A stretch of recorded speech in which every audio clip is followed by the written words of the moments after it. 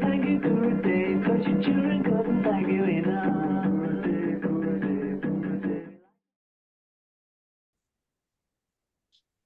Thank you. Here's the cover. Well, hello, everybody.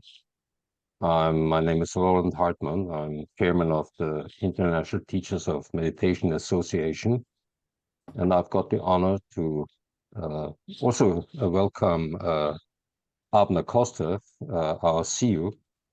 And I have the honor, as I said, to have invited Paul Mason, or vice versa. Paul Mason invited us to present his newest book on the history or biography of Swami Brahmananda Saraswati of Jyotirma, and also of Shantanand and Saraswati of Jyotirma, and Maharishi Mahesh Yogi.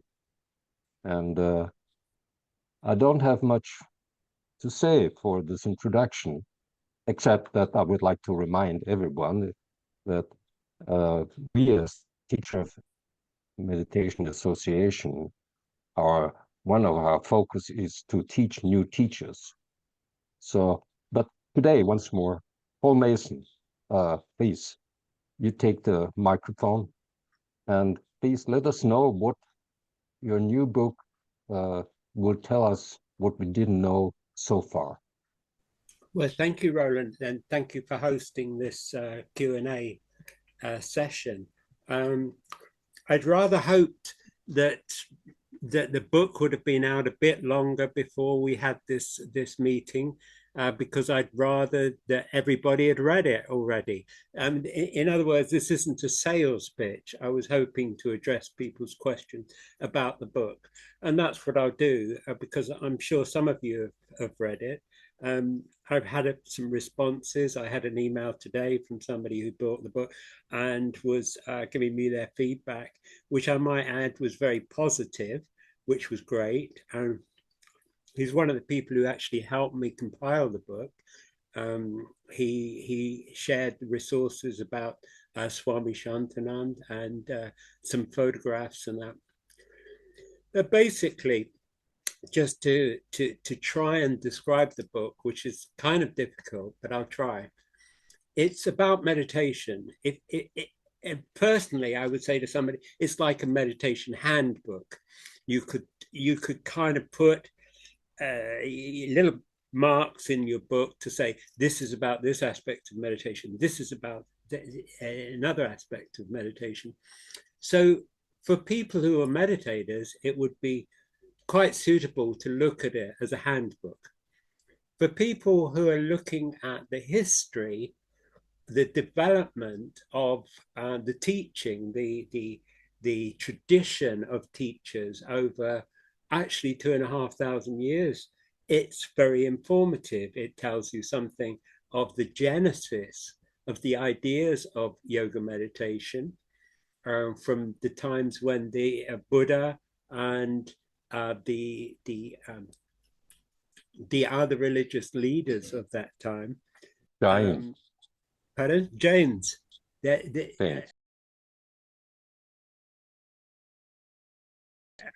In the first chapter, I've got quotes from religious scriptures, from the Dhammapada, the Buddhist text, and from Yoga Bindu, a Jain text, which shows that they're all on the same page. They're all teaching exactly the same teaching.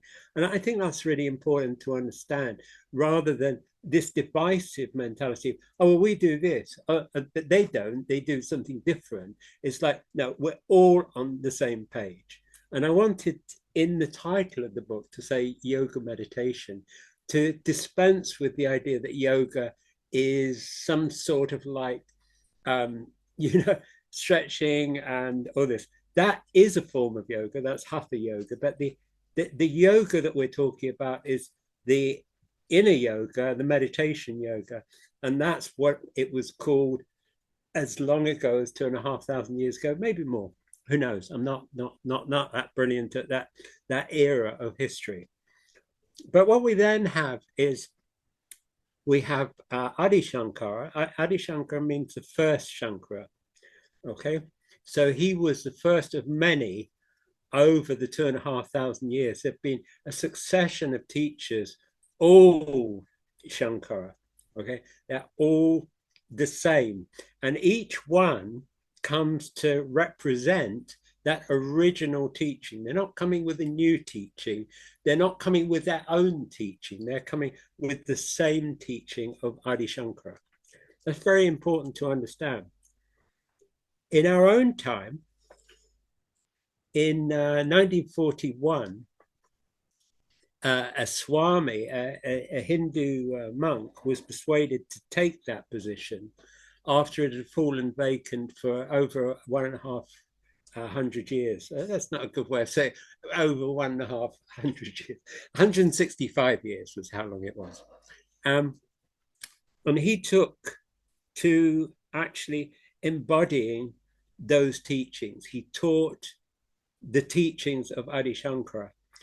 And as time went on, he found it more and more advantageous to the people who came to see him to talk and to teach them meditation. Greater and greater numbers of visitors were being taught how to meditate. That's an important thing, that in that era, about 1950 or so, there was a conscious decision of let's get people meditating. Okay, that I'm paraphrasing it, but that's basically the energy. I'm quoting Shantanand in this book as reinforcing that there were discussions of how best to do this teaching, how best to teach meditation to everyday folks. Because up to that time, meditation had been really for monks, as it still is in the West. I mean, a lot of monks practice some form of meditation. And in my lifetime, it's only emerged here in England. I don't know about other countries, but here in England, it emerged in the mid-60s, really. You saw notices on the underground railway saying, do you want to know how to meditate? And it's like, what are they talking about? What's this meditation stuff? So it came into our culture about 65, 64, 63. That's when I started my secondary school. And I remember the ads on the underground station. And that's when I started to think about meditation. It's like, I said to an Indian guy at school, I said, how do you meditate? And he said, oh, you think of some word like cow. And I'm thinking, well, I don't know about that. I really don't know about it. It took me a while to get reinterested in meditation. And indeed, that was that advertisement had come through from one of the groups. It had come through from SCS or the School of Meditation. And I found out in my research over the last few months on this book, some of the people who'd created that interest in meditation in London. It was a very localized event. One of them was Dr. Francis Rolls, and he'd been taught meditation by Maharishi in London in 1960. There was also Leon McLaren, who ran the SES. Francis Rolls ran the Study Society. Leon McLaren ran the SES, the School of Economic Science, as it was known at the time. And there was a groundswell of people interested and learning to meditate. This new idea, basically, it's become commonplace, the idea in our time, but it wasn't then. They had good intentions, they had good ideas. They were in the realm of thoughts and thinking, and how should we do this? How should we think about this? And how can we be unattached? And how can we be in the moment? And how, etc., etc. And when Maharishi came with a technique in London, they seized on it. They said, this is what we're lacking.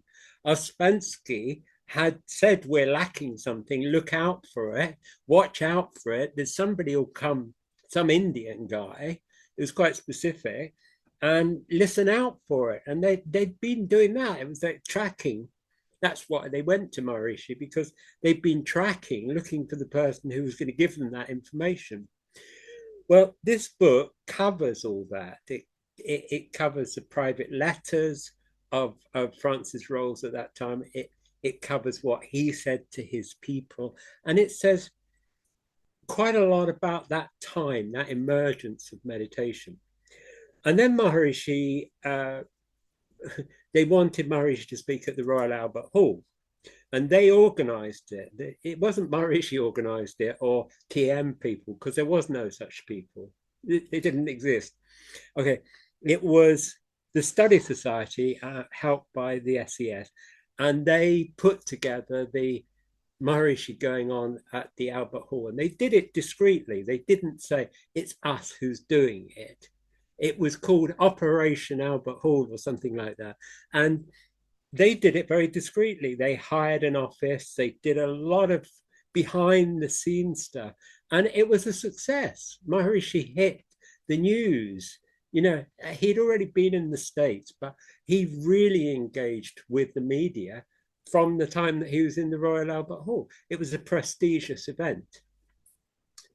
Well, after that event, they all trotted off to India in 2 waves. Maharishi went, and then he went again, and he invited people to come on the first international guides course. There's loads of photographs of that course in the book.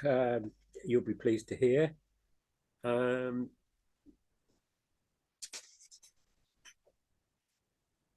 And during that course,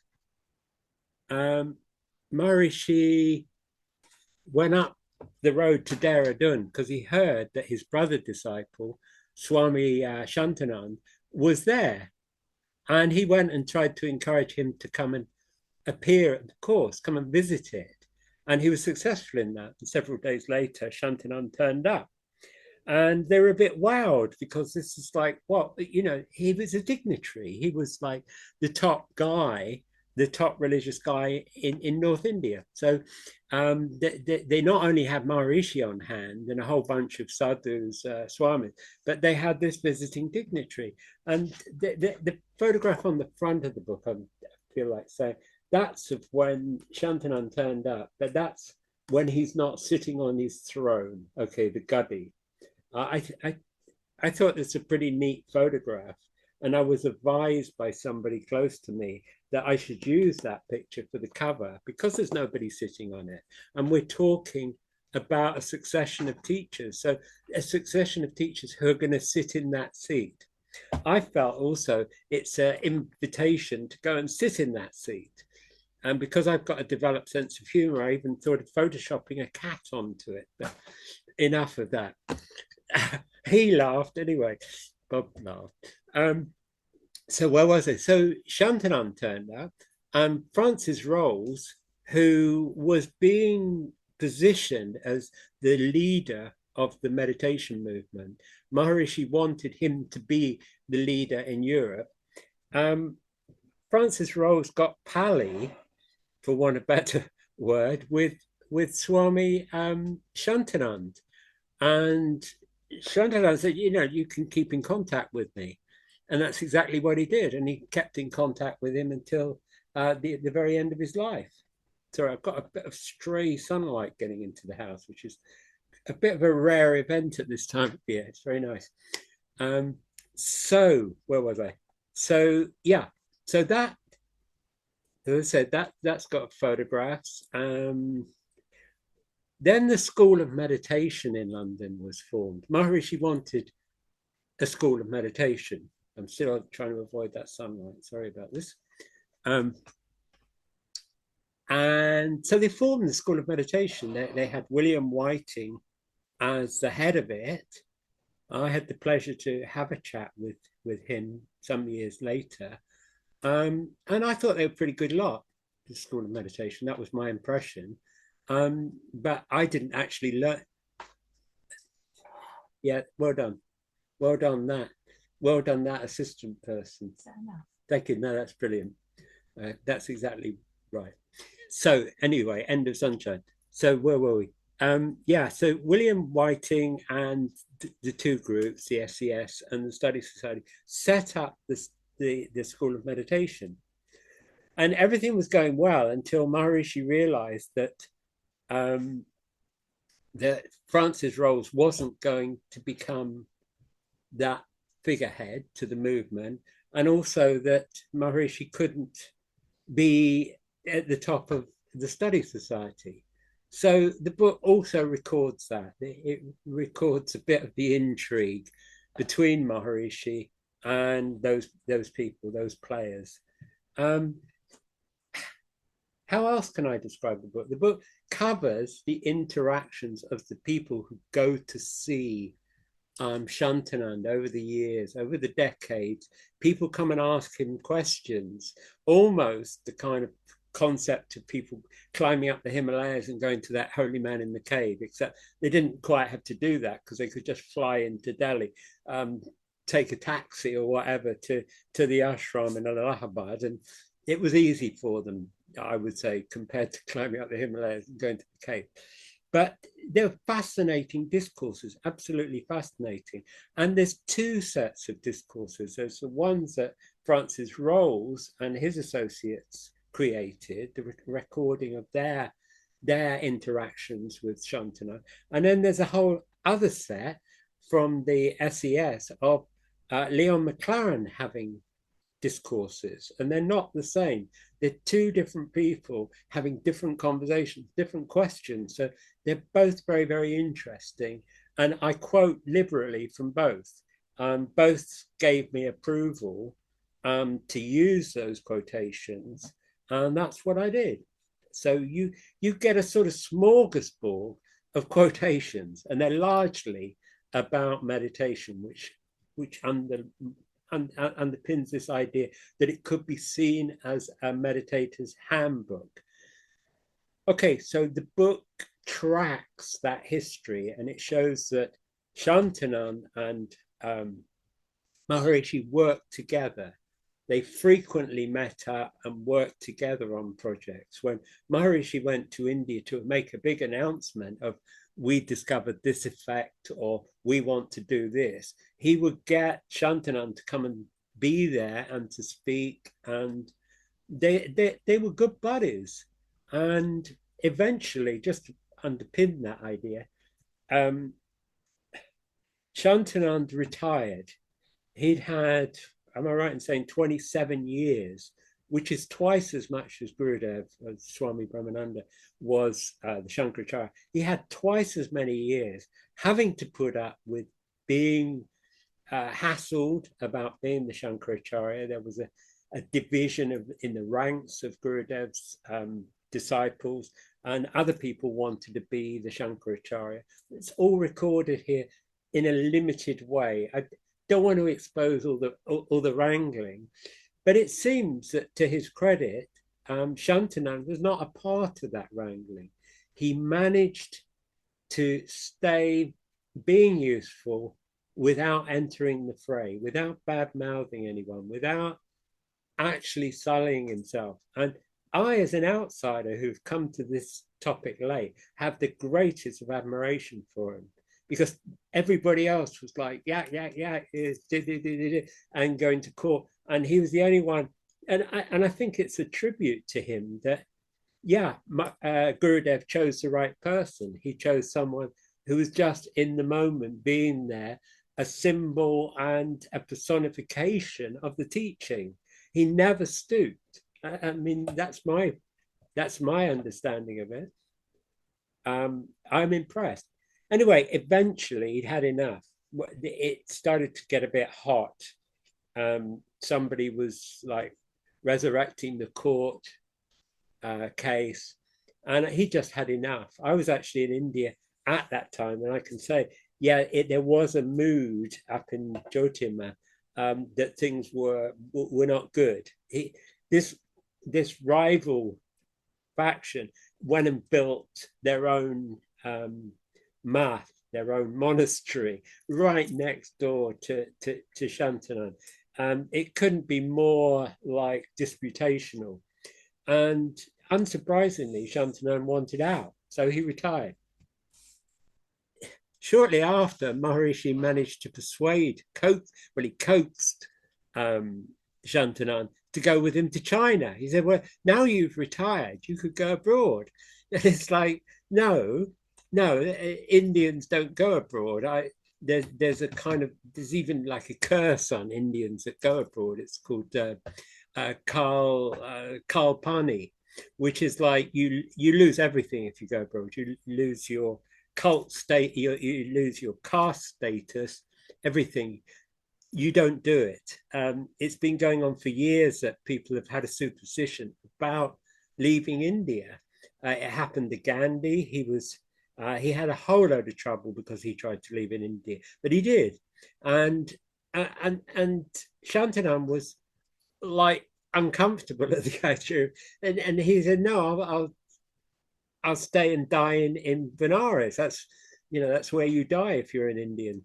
Well, Maharishi got the better of it. After a couple of years, he managed to persuade him, coaxed him to join him on a trip to China. There's some of the pictures of that trip in El Buco. I don't know if you can see those. But the two of them went and gave a speaking to in China, and they went to Russia, and they went to Africa too. So you see the way they worked together. It wasn't like they were at each other's throats. They worked together. There's lots of pictures there of the two of them and their other brother disciples of Gurudev. So what I've tried to do with this book is showed you how harmonious the relationships were between a certain clutch of supporters of Gurudev, and how they basically teaching the same meditation, and how they still are. And I show how it goes on to Vishnu Devanand and to Vasudevanand, who's the current Shankaracharya. And the whole book finishes on some quotes from Vasudevanand. And Vasudevanand explains, there's been these problems about, being challenged. He said, and it'll go on until the challenger dies. And it did. So he was right about that. And I also tell you that he's riffing with talking about yoga meditation and saying pretty well that yoga means meditation. I'll leave you to find that if and when you seize a copy of the book. But there's a lot of illustrations in the book, and there's also details of me meeting Dandi Swami Narayanand, who was asked to be the Shankaracharya, but he turned it down because he didn't want to be a Shankaracharya. And all good to him. He just wanted to live in peace. And I personally met him, and I was taking a photograph of him, and he's such a warm and light and wonderful person. And I thought, as I was taking this photograph of him, if I was to take a guru, it would be this guy. And he looked down at me because I'd just been photographing him from a kneeling position. And for the first and only time, he looked uncomfortable with me. And he waved his hand in the air for me to get up and prepared a place next to him for me to sit on the level. Now, as far as I understand, you don't sit on the level with the guru. You sit on the level with a friend. And that, for me, was a very moving experience. And it was only many years later that I discovered that he had been offered to be the Shankaracharya. So in our own secret way, we made that link that I actually met a Shankaracharya who wasn't, but could have been. And I don't know, that it was very good for me, because we all need spiritual encouragement, spiritual support. Meeting Dandi Swami, and he seemed to have some regard for me. And he met my little boy. My boy was, I don't know, 10 or something like that at the time, and he grasped his cheeks, like grandfathers doing, just took his cheeks and waggled them. And I thought, it's too much. It's absolutely great. it was so normal. Do you know what I mean? So unaffected. He wasn't trying to sort of sit on a higher level and everybody else and talk down to them. So I'm open to questions. I've tried my best to tell you what the book's about. Thank you, Paul.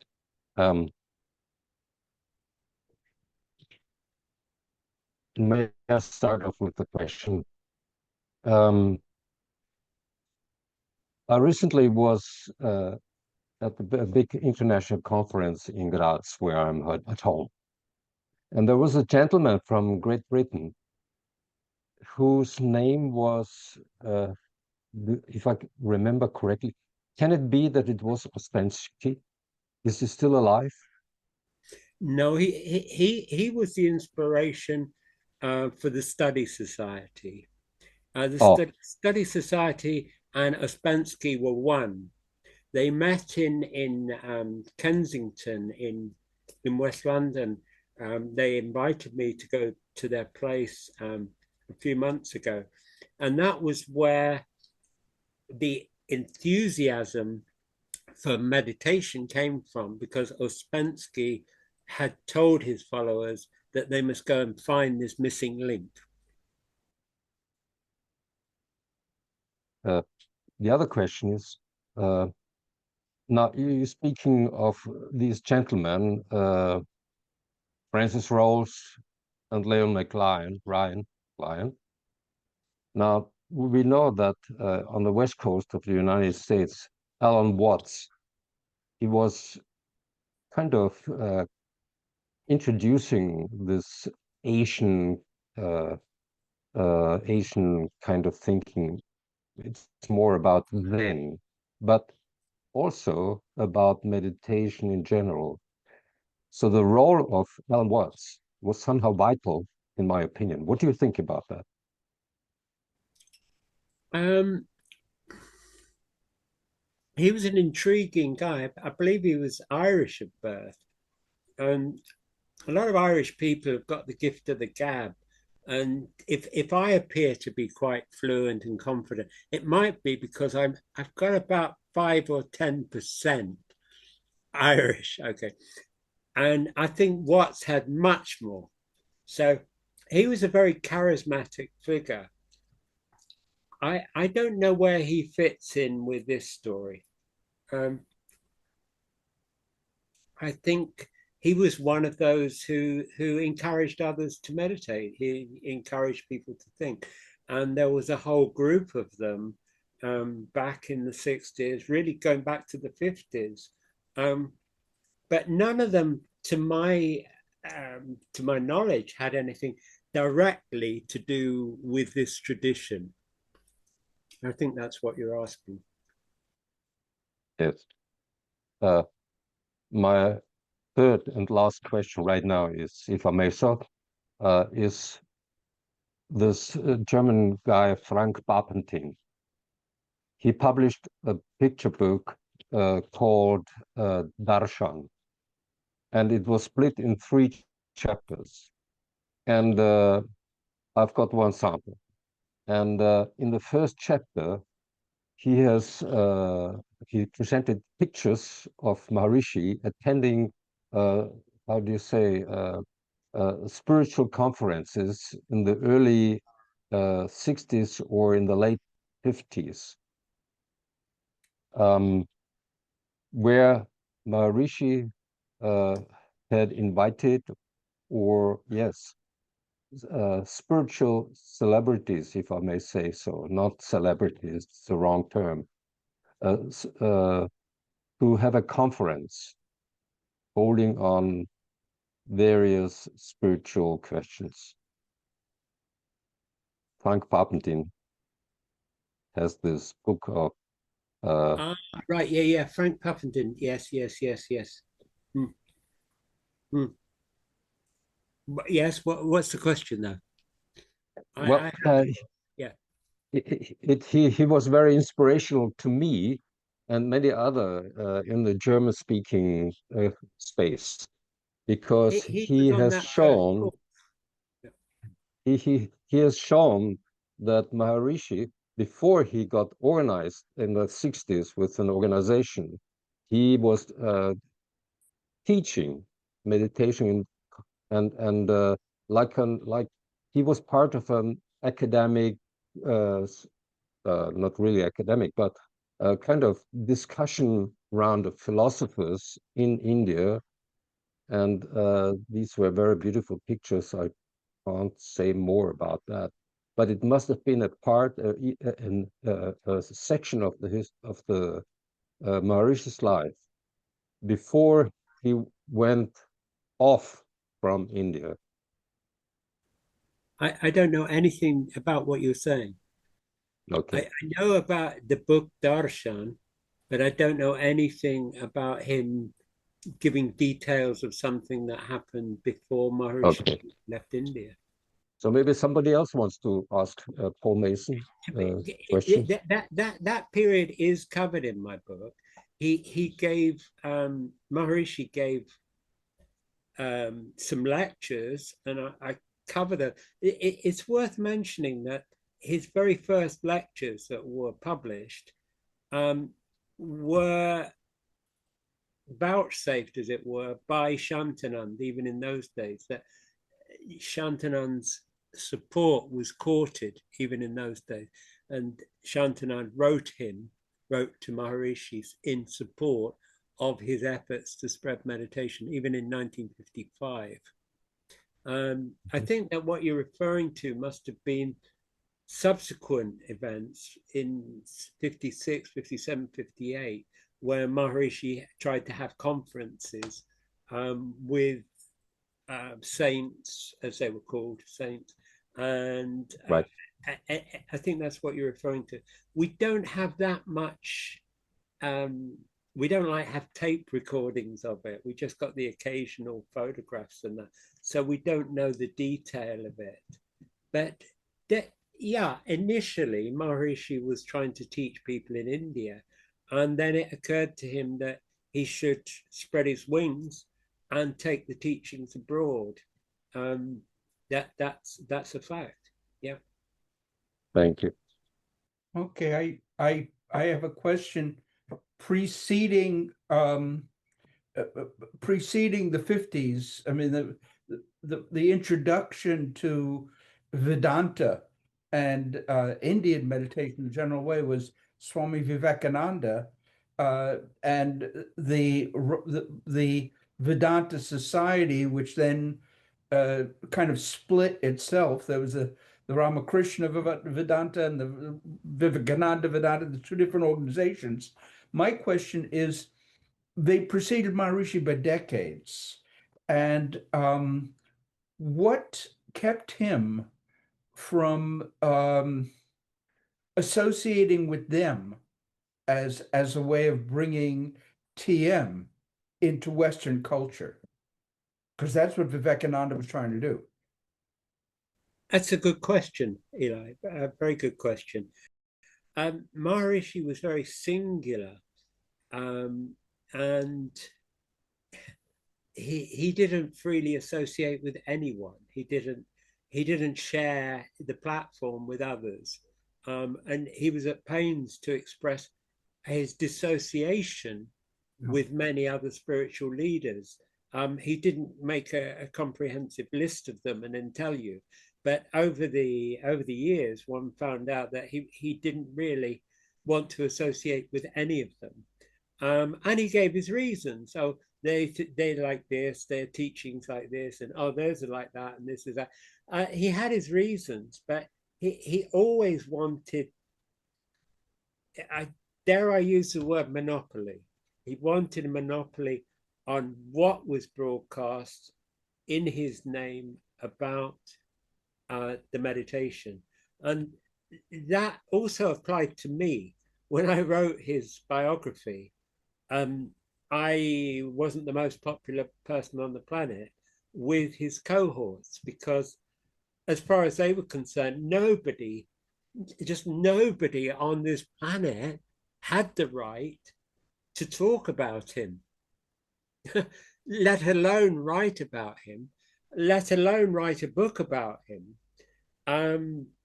So that mentality of not associating with other people hit me rather forcefully, and it became something of a legal question, not a philosophical. I can believe it. I can believe it. Yeah, and it would make a whole interesting documentary, but I wouldn't do it. I think disputes of that order are best forgotten rather than dwelt upon. But that in a way, what you're saying is what happened between Maharishi and the various groups like SES and the Study Society and the Ouspensky people and anybody else. And it still is like that. The TM organization is still very brittle about its associations. Having said that, they're quite happy to associate with Russell Brand, but that's their problem. I'll say that again, Russell Brand. No, I mean, he was for a time their poster boy and ish. And I think they probably had time to regret that. But usually, yeah, they were very, very restricted. And in some ways, you can understand why.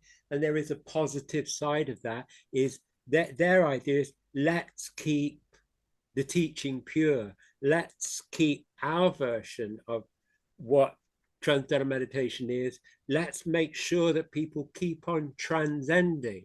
We don't want them to have TM without the T in it, he once said. And I think that was quite a neat thing to say. That, yeah, other people have TM, but they don't have the T in it. And therefore, you can weigh this either way of, yeah, he wanted a monopoly, but you can also say he was incredibly protective, and rightfully so. I think that's something we can talk about over tea. Tea as in transcending or tea as in drink, it doesn't matter. I think the important thing isn't that restrictive view, because Shantanand obviously wanted people to transcend, and so did the Buddha, and so did everybody else. It wasn't a new idea. Maharishi was reviving an understanding that, in his estimation, had gone off the radar. That yes, Vivekananda was there, but he wasn't talking about transcendental meditation. He wasn't really talking a lot about transcending. The only person that was close to it was Swami Shivananda, I believe. And although it's not publicly understood, there was a closeness between the tradition and Shivananda, as is evidenced by these photographs from a film of when Shantanand was received by Shivanand at his ashram in Rishikesh. Yeah, there was a closeness. I mean, there was a tradition that was more into the transcendental side of it, and then there's a tradition that's more into the philosophical side of it. Is let's become Advaita, as David was mentioning about a teaching. And a teaching which is intellectual, which is sourced about your thinking. Let's talk about Advaita. Whereas, to be honest, a lot of meditators understand Advaita quite readily because they experience it when they meditate. They wouldn't necessarily call it that, but if they were asked about their experiences, somebody with a fine observation would say, well, you're describing Advaita. You let go of everything. You let go of duality. You let go of your feelings about your impressions of yourself, your own sense of identification. You achieved Advaita. You're not right now because you're talking about I. But then that's the way of the world. But so there was this division of, and I think this is why Maharishi didn't freely associate with adherents to Vivekananda or Yogananda or whatever, is that they weren't necessarily talking about it in the same way. They might well have experienced those things. They might, there was there are teachers that will have experienced deep transcendental bliss who don't necessarily manage to impart it to their adherents. And I think even Maharishi had problems at times of actually getting those who clustered around him to have the depth of experience that he was hoping they would have. And I think he was disappointed at times that they didn't get it more readily. And that's just the frustration of teaching something which you have and trying to get somebody else to get that. And I'm sure it's widespread. It wasn't particular to Maharishi, but I think part of what I'm trying to do with this book, Eli, is to actually bring together people who have like-mindedness. All the groups that are mentioned in this are basically coming from the same hymn sheet, as it were, singing from the same hymn sheet. I had the good fortune of being invited to go to Ireland a few months ago and meeting the students of the Irish branch of the SES, the the School of Philosophy and Economic Science. And I found them to be fabulous. I found them to be friendly, focused. They cared about each other. There wasn't a hierarchy, although there was nominally one. There was a head of it, and there was all sorts of allocation. But everybody would do everything. I caught an elderly gentleman who was one of their senior guys doing chainsawing out in the grounds. I mean, he was in his 80s, I'm sure. And it's like, I wouldn't want to do that. But I saw him on another occasion putting on a pinny and doing kitchen work. I was impressed. I was impressed that these people were actually living what they were learning and teaching. And therefore, this idea that, oh, they're not as good as us, or they don't, they don't practice exactly the same meditation, it's kind of a moot point. And that moot point is stretched out in the book. There's lots and lots to read. I challenge anybody to read it and say, well, no, I think that they're entirely different, because you need to read it again. I think we're all on the same page. And I've met a lot of people who practice meditation who wouldn't want to miss a session. And that's not just TM people, it's all the people who meditate. We're all enjoying that cessation, that settling down, that, as the ancients called it, that yogaschita vritti nirodha, that letting go of all that activity in your mind, just settling down and being at one. I did it this morning. I did it last night. I do it. I'm not craving for it, but when I do it, it's a settling and a steadiness. And I think future generations need to know about that. And when I was putting this book together, I wasn't putting this book together. I was just going to do a handful of quotes about Shantanand, and then it grew and grew and grew. And what I realized is that I was putting a book together for posterity, that future generations might pick up this book and say, ah, now I get it. Now I understand the meditation thing. I'm hoping. I really think it's the most important thing I've done in my life. I've written about a dozen books, and some of them are fun, or some of them are interesting, and some of them are informative. But I think this is important because it establishes its usefulness, its universality, meditation, that is. And this is what they were teaching 2,500 years ago, and we need to keep it going. Sasha from Moscow, he has raised his hand. He wants to question you something. Lovely. Thank you very much, Paul. It's always so charming to hear your speech. You've mentioned that this book, in a way, can become practically a table book for practicing meditation. By any chance, maybe there is an example or a quotation coming to your mind which of a practicing meditation manner? It's right through it. we got this saying in Britain, it's written like a word in the stick of rock. Everything is about meditation in this book. And it's not that I'm the great giver of this. I want to keep rereading the book because all I did was put it down. I'm putting chunks of information.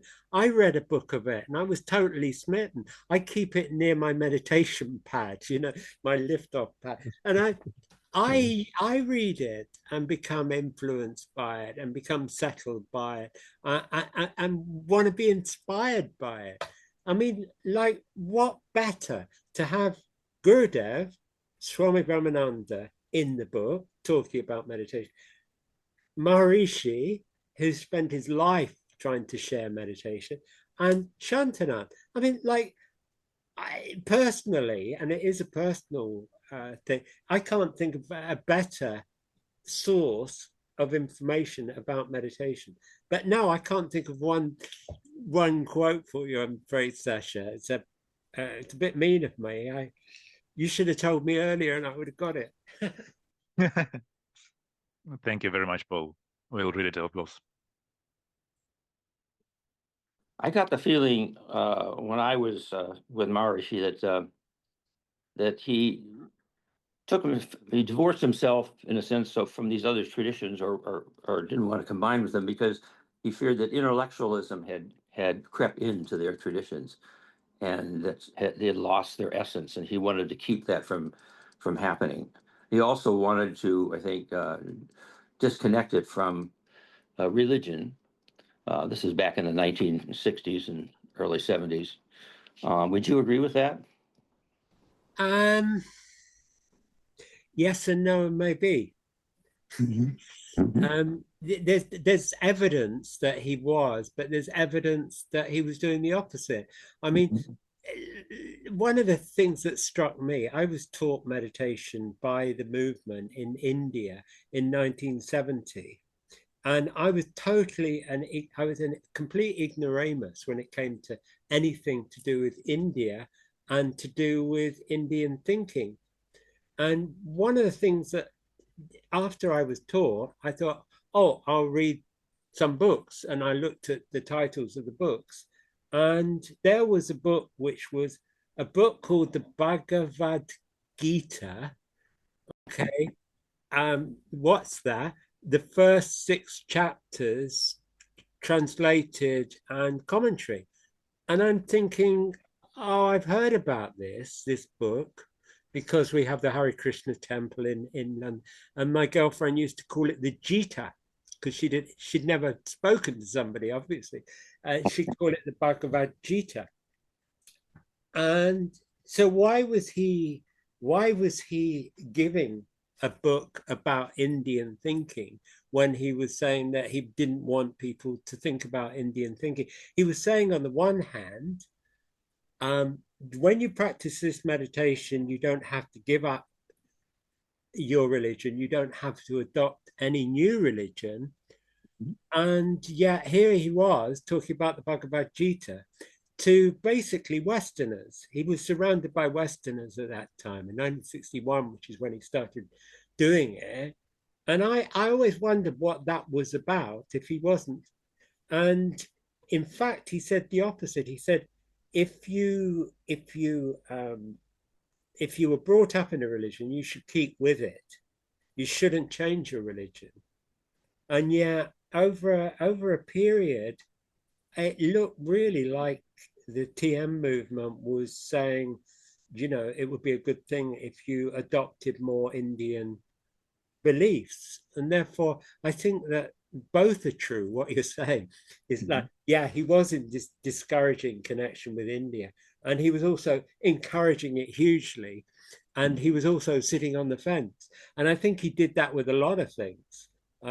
He was interested in the science, but he was also interested in the devotional aspect, and he balanced them in his own way. And I have to own up, I'm not a devotee of Maharishi.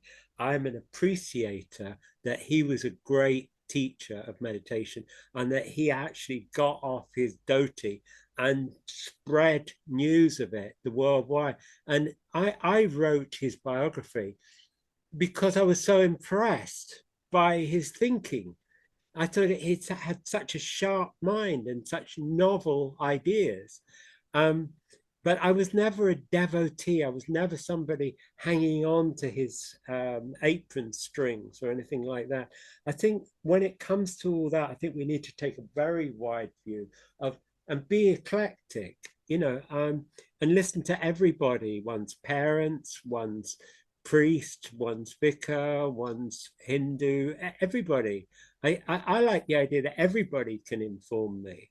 And unfortunately, in my opinion, and I might be wrong, that some people kind of closed down and became monomaniacal about, well, if Maharishi said this, but he didn't know about everything. And I spent hundreds of hours listening to the man on tapes and so forth. And I know there were a lot of things that he didn't know about. So he would say, can you tell me? And one of those things was LSD. And he was at the Kumbh Mela and people were asking him about LSD. And he was saying, what is that? Well, what happens? He really didn't know. I've got recordings of him talking to the Beatles on the same subject. He really didn't know. And I think people they're making a mistake if they become that narrow and targeted. I think, yeah, by all means, respect him and read and listen, but not narrow, because somebody else will know a lot about something else. I'm sure you, Josh, you're a musician, are you not? Yes, I am. How did you know that? You know heaps more about music than I do, but maybe you don't know heaps more about comic art, which is something I do know about. We've each got our preserves, and I think that some followers of TM became a bit Maharishi eccentric. I don't think that was so positive. I think I think that's what he saw with other movements as well. There's other teachers had done that, and thus it became more important what you knew about the teacher, what you knew about Indian philosophy intellectually became more important than the essence of experiencing the reality. Reality. The other thing I think want to point out is that yes, he wrote the commentary on the Gita and so forth, but that's different than associating with another group. He came out with his own particular interpretation, all centered around. He always comes back to TM in the commentaries, and that's different than associating or somehow aligning oneself with another tradition. That's all. But Hinduism is a tradition. It's huge. Well, it's supposed to be an inclusive one. You're right. Well, it's supposed to be. I had to give evidence in a court case once, and I was asked, to swear, and they said, "Well, how would you like to swear?" And I didn't tell them how I would like to swear. Okay, that's a joke. But I said, "Well, I'm a Christian Hindu, yeah, because I was brought up in a Christian household, and I knew a little bit about Hinduism." And the magistrate was very stern with me. He said, "I believe that they're mutually exclusive. Oh, is that right? Which one are you today?" So embracive, yeah, they're embracive until the going gets rough. We're all embracive until the going gets rough. Thank you. Thank you.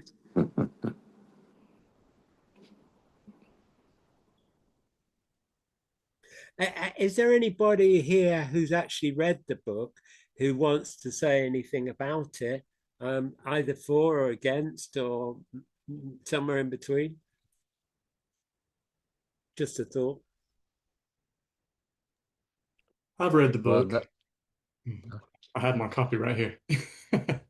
Oh, wow. Well done. Yeah. And it's wonderful. Thank you for writing that. I really have enjoyed it. Have you got to the end, or you're halfway? I have. I've read the whole book already.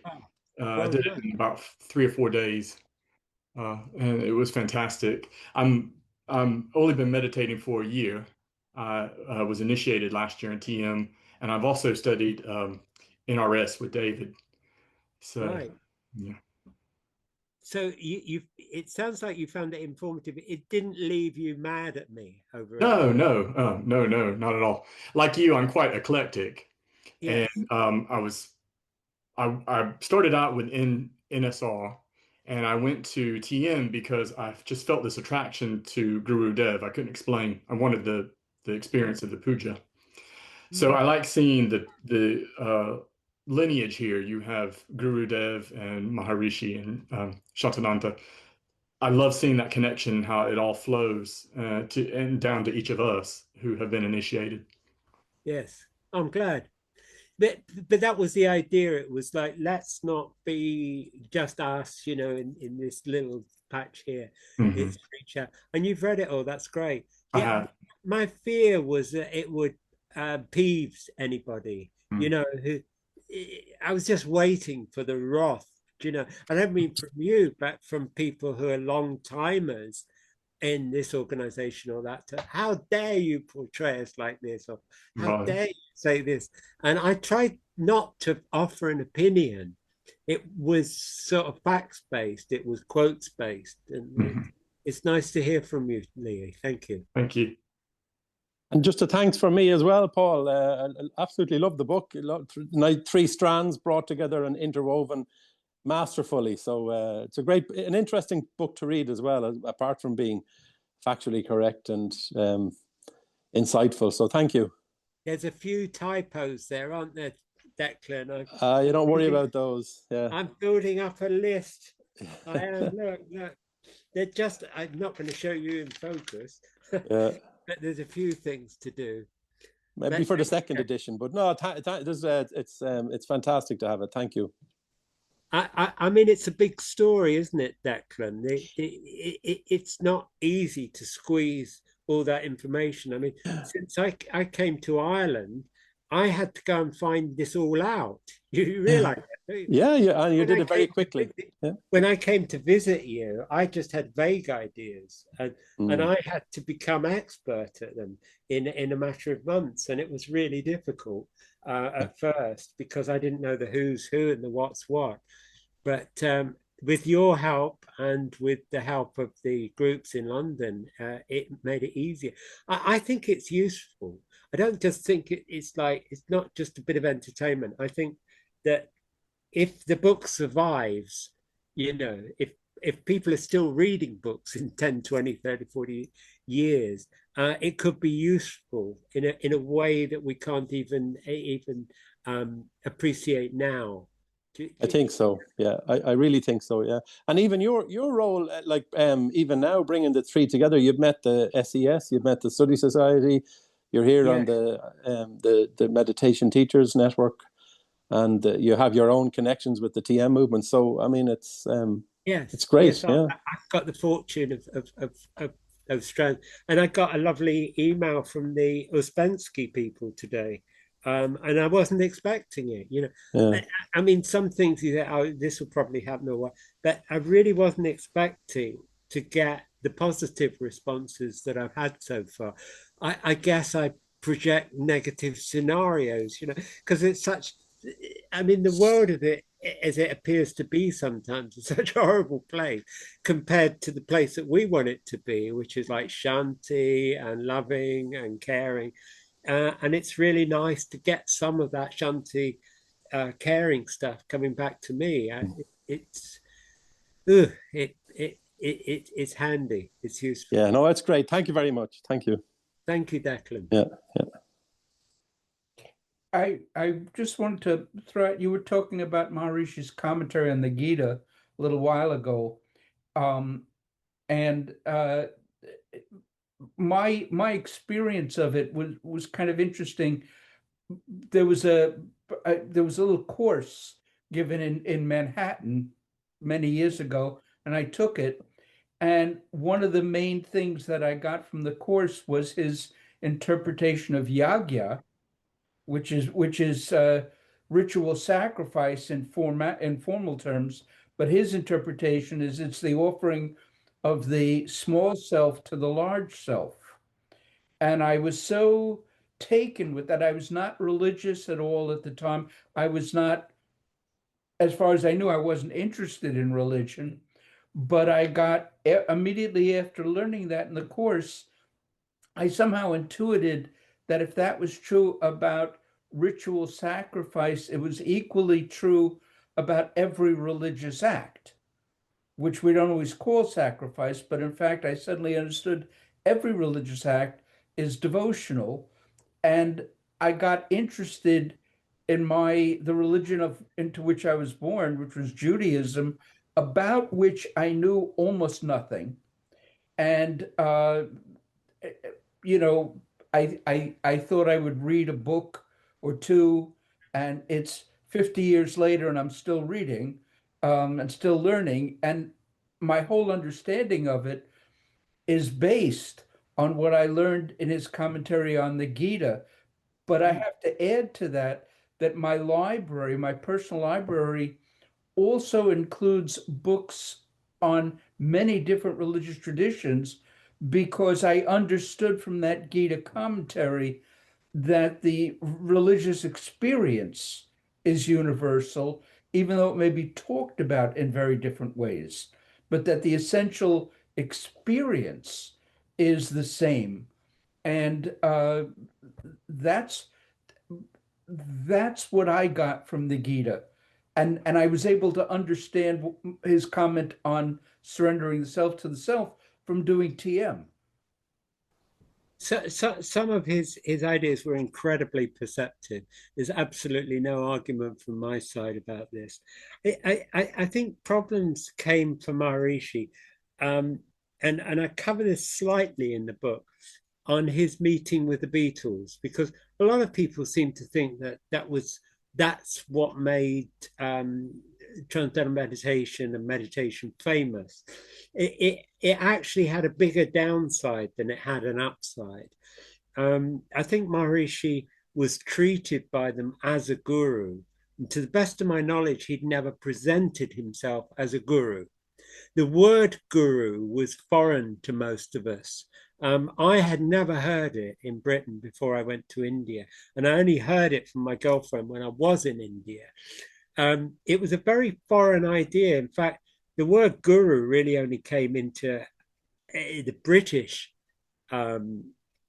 language with Guru Maharaji, the boy guru who came to Britain in the 70s. It wasn't there before. And the Beatles treated Maharishi as if he were their personal guru. And I think that was a problem. And I think that produced a sort of idea of over attentiveness to Maharishi, not as a thinker in the way that we're talking about with his interpretation of yoga, but about everything. They were fawning at his feet. They wanted to live around him perpetually. He threw some of them out. I mean, it's like what my remarks about the Gita were not critical. They were just observing that he did actually.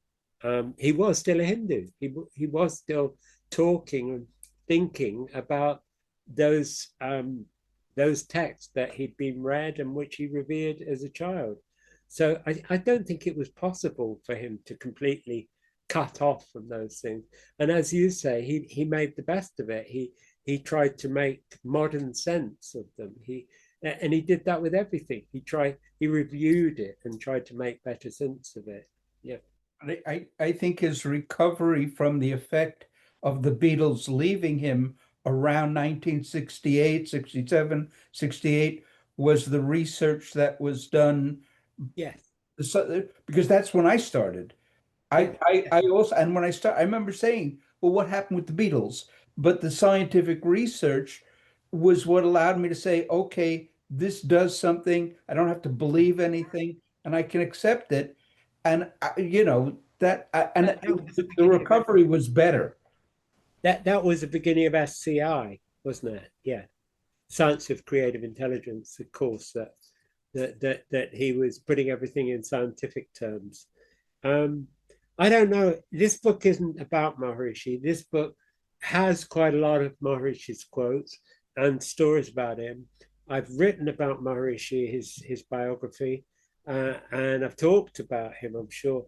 But this book isn't primarily about him, and it's not about TM. It's about the whole story, as we were talking about with Lee Wesley, that he practices and he likes to see the wider field. And that's after going to Ireland, and not just because I did, but by going to Ireland, I realized how we have a kinship with other meditators, whether we acknowledge it or not.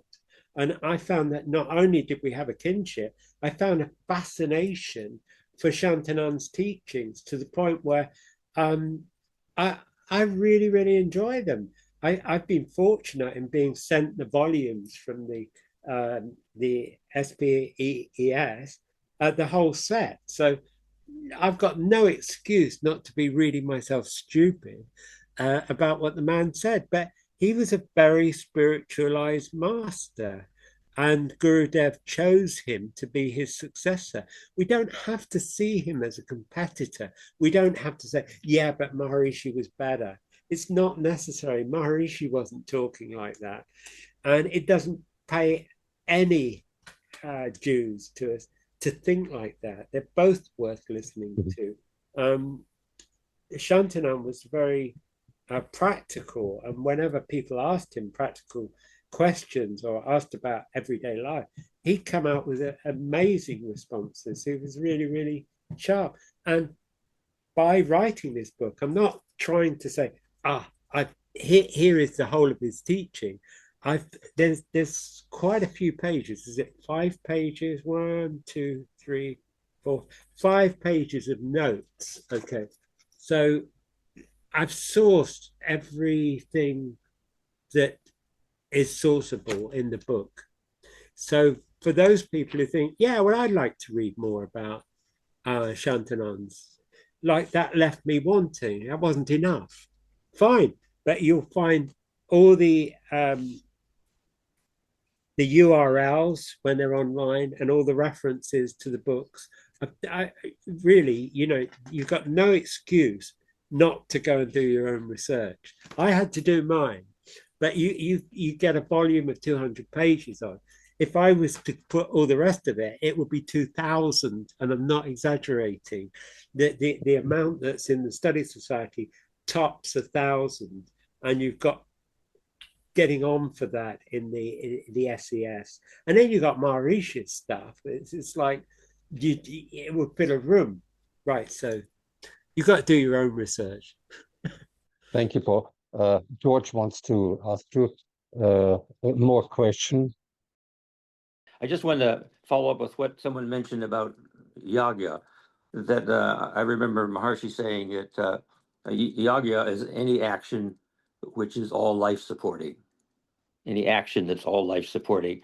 Religious rituals have that intent. They have the intent of being all life supporting. But it also implies that someone in a higher state of consciousness, their whole life can be able to transform the environment so that everything they do, or everything it touches, has the potential of being a yagya, being all life supporting.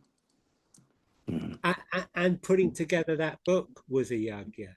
Yeah, I think that's it confirms your insight of how Maharishi take a very superficial interpretation of something, saying like a superficial interpretation of yagya means it'd have to be a Hindu ceremony in order to be a yagya. Well, he's taking it on a much deeper level and saying, no, any action which is all life supporting and which has its roots in the transcendent and expressed through someone who is able to do that is potentially a yagya. I'd like to say, because I haven't mentioned it before, but I started this book just as a few quotations from Shantanand. I have a little book of quotations in Hindi by Shantanand, and just as a gift to Declan and the Irish contingent, I was going to translate them, put them into a little book, and that would have been nice. Well, they're all in there in the book, But the book actually evolved, and it evolved on a daily basis, and I had no control over it. When we're talking about yagya, it's like there was something special happening, and the amount of special coincidences that happened while I was putting together the book, that suddenly magically somebody would write to me on the very topic that I was dealing with, that I would say, oh, I should put so and so's name in, but I can't be bothered. Then somebody on one of my groups on Facebook said, oh, what was so and so's name? And I'm thinking, how could you possibly? Nobody's ever asked me that name. And you just, and it was, I have to say, it sounds a little bit superstitious, but it felt like there were energies outside of myself that were putting this book together. So though my name's on the cover, and I'll get some amount for having written it, I'll get some compensation, I didn't put it together.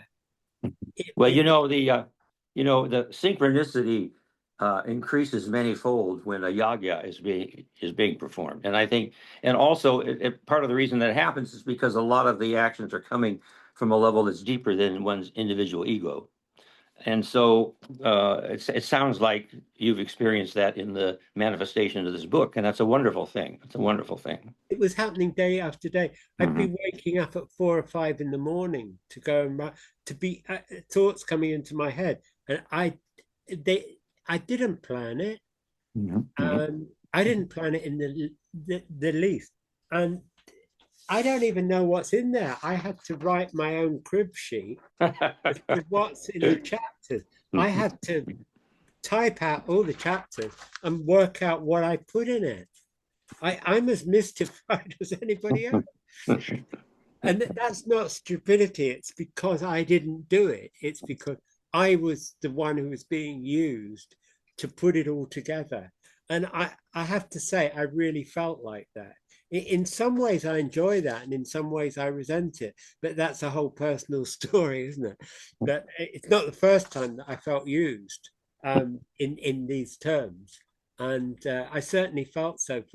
I wouldn't normally talk about it, but that's the way it's come to this point in the chat. Yeah. Thank you very much. Thank you very much, Paul. Can I just say one quick comment of thank you, please? This description of being a vessel for a higher purpose is really inspiring, really, really very inspiring. And I would have read the book anyways, but now I'm going to buy it right away to read it. This is, in my opinion, it is a blessing. So congratulations for having achieved that level. But can you just give a comment, because the hardest battle that I fight with all the time is the complexity of the history, the techniques, the relationships, the network, and the knowledge that in reality it's just so simple. There's a parable of St. Francis that I find absolutely wonderful. When a disciple asked him, "How do I learn what Jesus taught us?" and he just picked up 2 sticks, tied them together. This is all you need. Right. So how do we find that simplicity in meditation? How did you become a vessel for such a higher purpose? I enjoy the simplicity. I'm basically a simple person, and I'm a bit of an addict to simplicity, to transcendence, to being there. I don't mean that by needy. I just mean I really enjoy letting go and not having to deal with me as a personality, me as a thinker, me as a doer. And it's a lovely state to be in. And I think that I've been coaxed into that all my life. That's why I say it's not a new experience. I was coaxed into hitchhiking to India. It was my pilgrimage. It was a difficult thing. It's not easy. People say, "Oh, lucky you."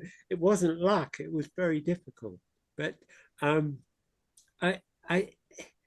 think it's great. I think we're all lucky to be in receipt of this information, and we're lucky to have our workshops.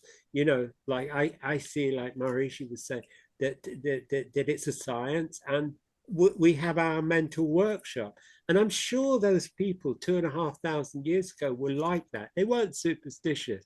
They weren't sort of like stupid. They were intelligent, and they would say, what if we let go of our thoughts? What would happen if I let go of that sense? And I think they were really smart. They weren't superstitious. Some of They them were were, smart. not all of them.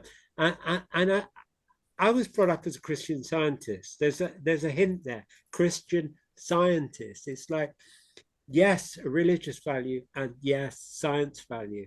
And I think that Maharishi tried to encourage that thinking of science. And I see it like that. I see it as a scientific act, meditating. I don't mean that to sound dry. I don't mean to say that makes it in any way less attractive. But I think it is a science. I think as human beings, it's a smart thing to let go of your thinking, to actually merge with the greater being. And as we get older, I'm looking around, there's no young people here, young like 12 or 15 or 20 or whatever. We might as well get used to forever. It's a good way of dealing with our futures. And I think in answer to your question about being used as a vessel, I think it's that openness. I think we need to kind of like be less selfish and care about each other and care about the future of the cosmos and all that. Okay. That's where science and art become one. Yes. Dhanyavad. Dhanyavad. Thank you very much. Thank you. Thanks, Paul. Nice to meet Well, you, by the way. Well, thank you, everybody. Thank you. Even the Thank people you. who haven't turned on their cameras, I can see you.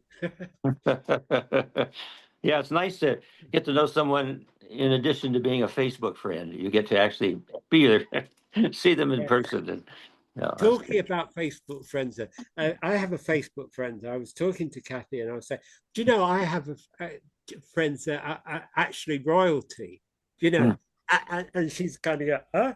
And I said, yeah, so-and-so and so-and-so, she's royalty.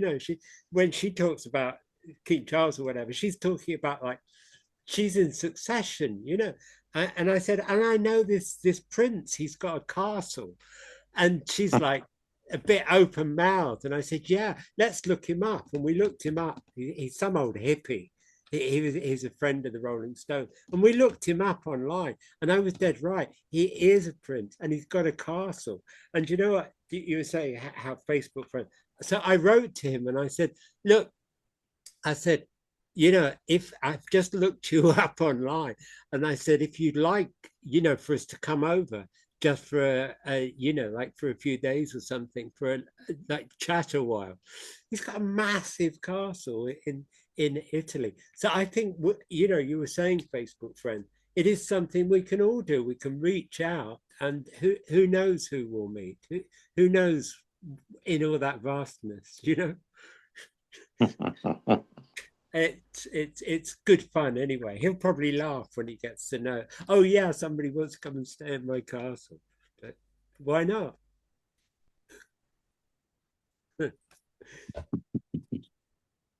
But thank you all for listening about my new book. I say my new book, we've covered that. It's not really my new book. I've just been the one who's been seconded in to put it together. Paul, I have a question for you. Will this be available on Kindle? Who's saying that? Paul Brown. It won't be. I've had a lot of problems with digital stuff. And I've been ripped off as well. All sorts of horrible jewelry to do with digital work. So I come back to being terribly old-fashioned and rudimentary. And it's at least it's not available in a slate version. At least it's on paper. It's not all etched on a rock in a cave. Or on bar. Thank you very much. Thank you very much, everybody. As Paul Brown asked whether it's being available on Kindle, how can one obtain the books, Paul? Yeah, any reputable bookseller, that's what people say, isn't it? I think anybody can go to a bookseller and say, can you get me that book?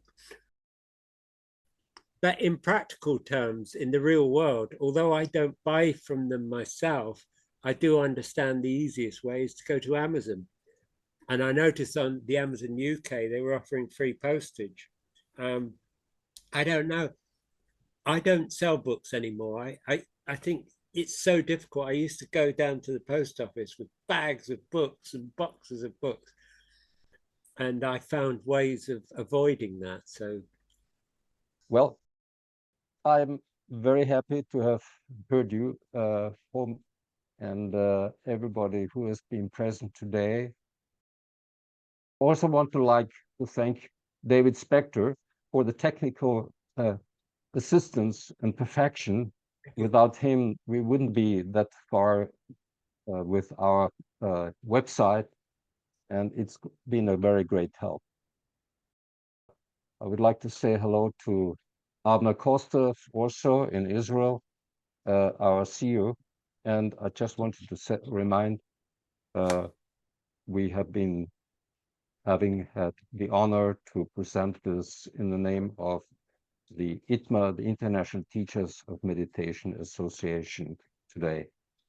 So thank you very much, everybody. And I would like to say, let's meditate by switching off the Zoom and start to have a meditation if you like. Okay, bye-bye. And Jai Gurudev.